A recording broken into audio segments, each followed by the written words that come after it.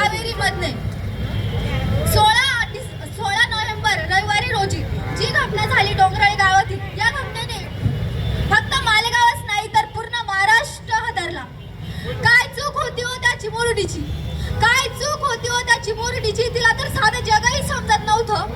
या जगात उमगायच्या आधीच तिला त्या चिमुरडीला दगडाने ठेचून टाकलं.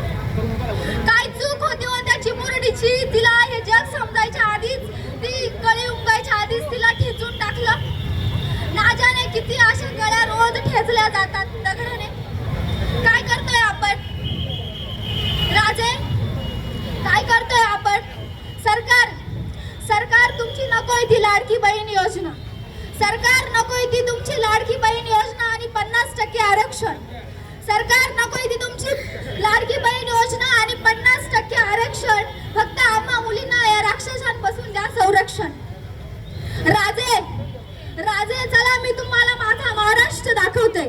राजे चला मी तुम्हाला माझा महाराष्ट्र दाखवते, कारण की तुमचा महाराष्ट्र आता महाराष्ट्र राहिला नाही.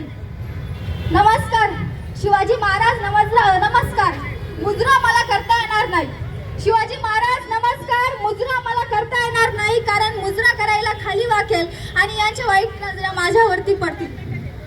ऐकायला थोडं खटकेल राजे, पण दुर्दैवाने इथं कुणीच सुखी नाही. ना कोणाची बहीण ना कोणाची माय. आपल्याच मातीत चालताना स्वतःची माती होताना बघावं लागतं. आपल्याच मातीत चालताना स्वतःची माती होताना बघावं लागतं. एकटा असला तर लढता येईल, पण झुंजू समोर नमावं लागतं. आपल्याच मातीत चालताना स्वतःची माती होताना बघावं लागतं. एकटाच असला तर लढता येतं, पण झुंड असली तर नमावं लागतं. उपभोग तर घेतात साले, पण जीवाशी दगडाने ठेचून मारतात.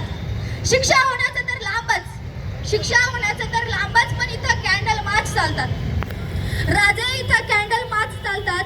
अशा कितीक मुली रोज चिरुडून मरतात. अत्याचार होतो 10 मिनिटात, पण 10 वर्ष शिक्षा होण्यासाठी वाट बघावी लागते. आणि कोर्टात काय विचारतात की मुलीचे कपडे किती छोटे होते. आता तुम्हाला प्रश्नच जर मुलीच्या कपड्यांचा पडत असेल तर या 3 वर्षाच्या मुलीचे कपडे तर छोटे नव्हते ना. मग काय त्याला अजून फाशी झाली नाही. किती दिवस असं चौकात जाऊन कॅन्डल, किती दिवस असं चौकात जाऊन आपण मेणबत्त्या जाळायच्या, किती दिवस असे दिवे जाळायचे. एकदा त्या माझ्या शोधला तुम्ही चौकात जाळा, परत महाराष्ट्रात कधी मेणबत्ती जाळायची गरज पडणार नाही. आणि यज्ञबाळाला जर न्याय नाही मिळाला तर महाकाल प्रतिष्ठान फक्त आता इथं मालेगाव बंद केलंय, पूर्ण महाराष्ट्र बंद करा एवढं लक्षात ठेवा.